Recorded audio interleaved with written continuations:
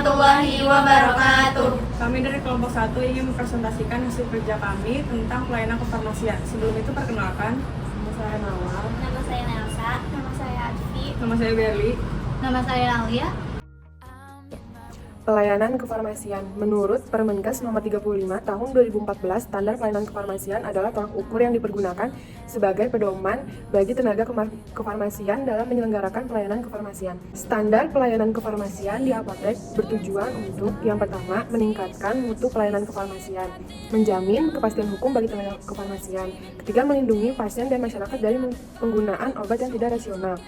Jenis pelayanan kefarmasian di apotek dapat dikelompokkan menjadi pelayanan resep dan pelayanan non-resep. Yang pertama ada pelayanan resep.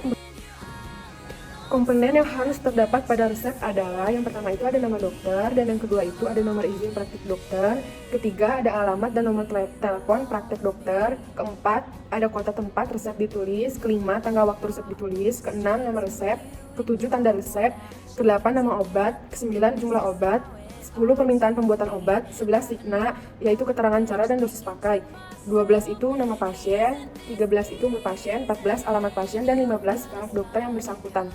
Komponen salinan resep. Salinan resep diberikan kepada pasien jika jumlah obat dalam resep belum diambil seluruhnya atau ada tanda iter dari dokter yang berarti resep tersebut dapat diulang sehingga pasien dapat menebusnya kembali. Pada resep tertulis yang satu nama apoteker yang membuat salinan resep, yang kedua alamat dan nomor telepon apotik, yang ketiga nama apoteker penanggung jawab, yang keempat nomor surat izin pengelola apotik, yang kelima tulisan salinan resep, yang keenam kota dan tanggal salinan resep, 7 salinan obat, 8 status penebusan resep, yang ke-9 nama pasien, yang ke-10 umur pasien, yang 11 nomor resep asli, yang 12 tanggal obat diserahkan pada resep, yang ke-13 tanda PCC. Kemasan obat. Kemasan obat terbagi menjadi dua. Yang pertama itu kemasan primer, langsung bersentuhan dengan obat dan mencakup berbagai jenis, seperti kertas perkamen, cangkang kapsul, dan botol. Yang kedua, kemasan sekunder, melindungi kemasan primer dan dapat berupa plastik klip, dus, atau botol untuk obat racikan maupun jadi. Obat racikan memiliki kemasan sesuai bentuknya, seperti serbuk terbagi, sirup, obat tetes, bedak tabur, dan salep atau krim, yang dikemas dalam wadah yang sesuai. Sedangkan untuk obat jadi, kemasannya bisa berupa strip plastik, botol, atau kardus asli, tergantung obatnya. Etiket terbagi menjadi dua, yaitu etiket berwarna putih digunakan untuk obat dalam yang dipakai per oral atau melalui mulut. Bentuk sediaan tablet, kapsul, pil, sirup, emulsi, dan suspensi. Etiket berwarna biru digunakan untuk obat luar yang dipakai secara dermal atau melalui kulit, bukan melalui mulut dan ditelan. Bentuk sediaannya antara lain berupa salep, krim, pasta, bedak, obat tetes mata, hidung, dan telinga, obat kumur, obat suntik, koyo, lotion, suppositoria, ovula, dan injeksi. Label. Kemasan obat racikan maupun obat jadi perlu ditempel label khusus seperti label tidak boleh diulang tanpa resep dokter untuk obat keras yang memerlukan resep dokter. Label. Kocok dahulu digunakan untuk obat dalam bentuk sirup, emulsi, suspensi, dan lotion. Selain itu, terdapat label peringatan khusus seperti P nomor 1, P nomor 2, P nomor 3, P nomor 4, P nomor 5, P nomor 6 yang digunakan sesuai dengan bentuk sediaan tertentu. Penempatan label tersebut biasanya tempel di bawah etiket pada kemasan obat. Informasi pelayanan obat diberikan meliputi 1. Nama obat dan indikasi atau khasiat obat, 2. Cara penggunaan dan aturan pakai khusus jika ada, 3. Efek samping interaksi obat, peringatan, dan apa yang harus dilakukan jika terjadi efek yang tidak diharapkan, 4. Tanda-tanda kesembuhan, 5. Cara penyimpanan obat di rumah, 6. Cara mengetahui atau tanda jika obat sudah rusak atau tidak dapat digunakan lagi. Pengelolaan resep. Resep yang telah ditebus atau pasien harus dikelola dengan baik oleh apotek, yaitu 1. Disimpan per bulan sesuai urutan tanggal resep diterima. 2. Untuk resep obat narkotika, psikotropika, dan prekursor, resep diberi tanda garis merah untuk narkotika dan warna lain untuk psikotropika dan prekursor. Kemudian masing-masing disimpan dan dibundle secara terpisah per bulan sesuai urutan tanggal resep diterima. 3. Dijaga kerahasiaannya. 4. Dimusnahkan setelah penyimpanan 5 tahun dengan cara ditimbang dan dicatat beratnya, dimusnahkan dan dilaporkan pemusnahannya ke Balai Pengawas Obat dan Makanan atau Balai POM setempat. Pelayanan non-resep. Pelayanan medikasi. Obat untuk klamedikasi meliputi obat-obat yang bisa didapatkan tanpa resep dokter yang meliputi obat wajib apotek atau OA, obat bebas terbatas atau OBT, dan obat bebas atau OB. Standar prosedur operasional atau SPO untuk medikasi dengan melaksanakan langkah-langkah. 1. 1. Petugas melakukan persiapan dengan meningkatkan pengetahuannya tentang obat minimal meliputi jenis, khasiat, serta aturan dan cara pakainya.